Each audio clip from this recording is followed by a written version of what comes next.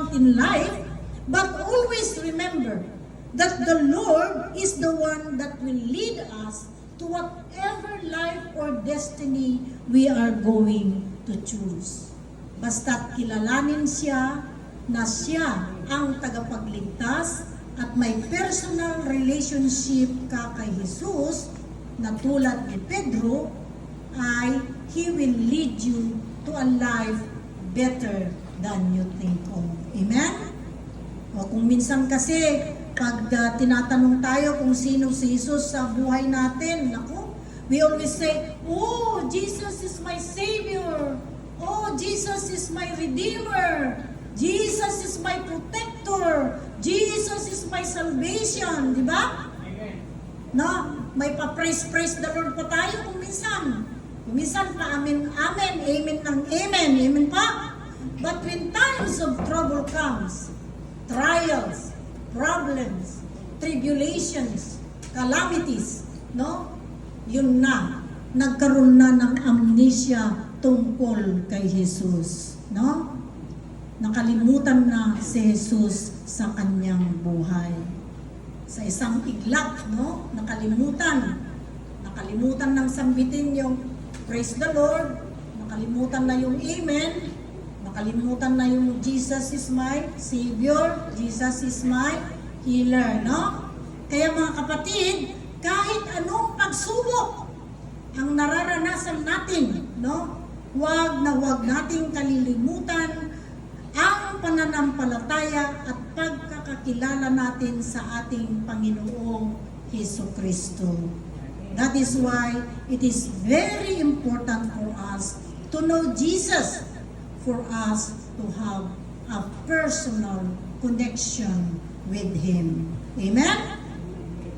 Pero mga kapatid, hindi dapat doon nagtatapos. No? Hindi lang yung mayroon tayong personal relationship or may connection or may pananampalataya. Amen po?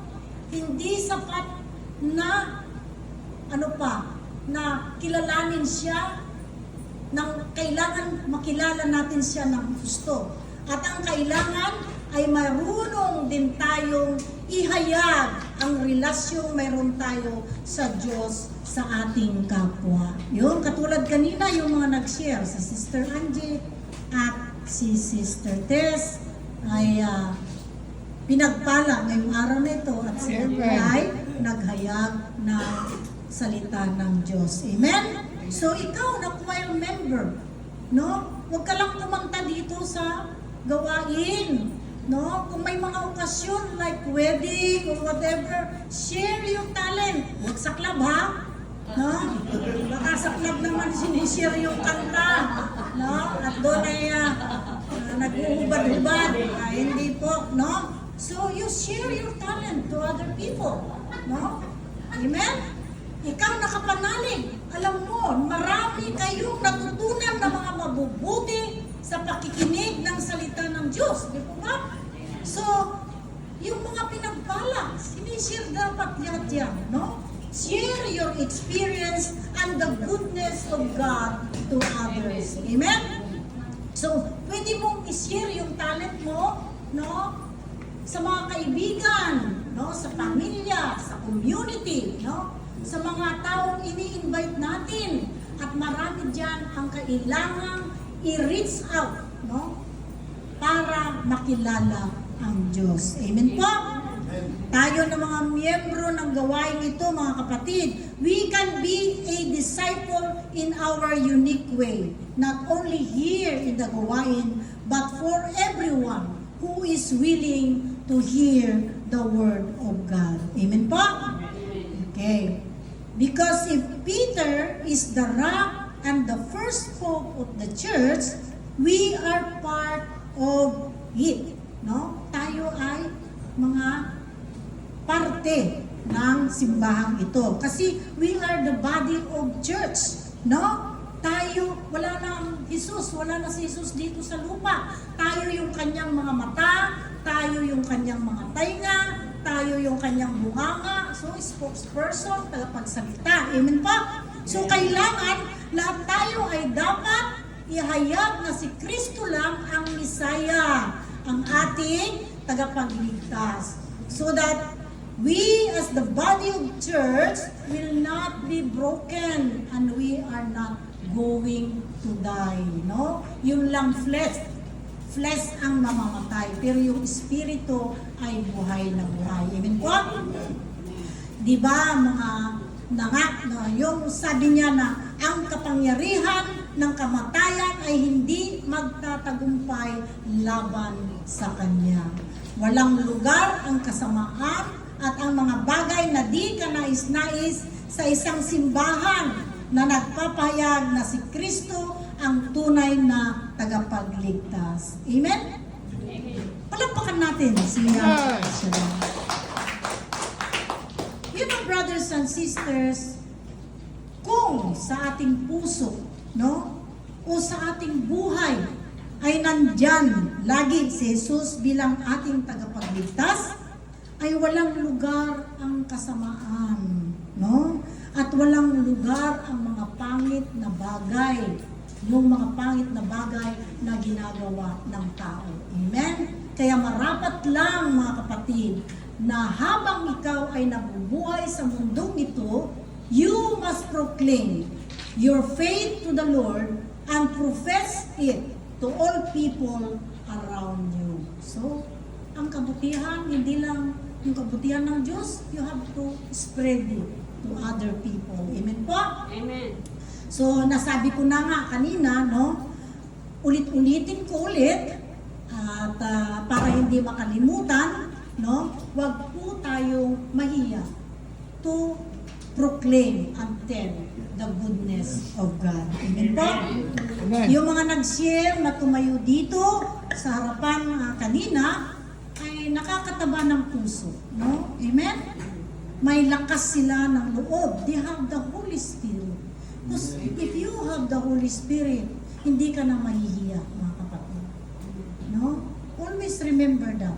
Matagal na tayo, lahat tayo dito, matagal-tagal na, pero yung iba hindi ko pa naririnig na nag-share ng Word of God.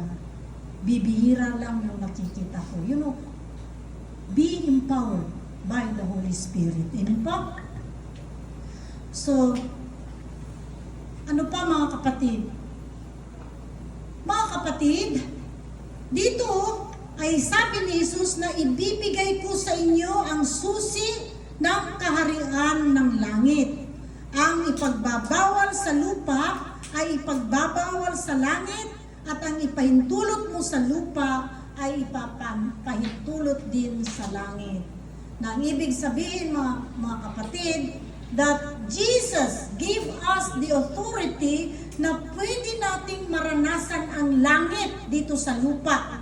At pwede rin nating maranasan ang salvation na dala ni Jesucristo sa buhay natin when we confess our faith and when we are founded with the faith that He gave us here on earth. Amen po?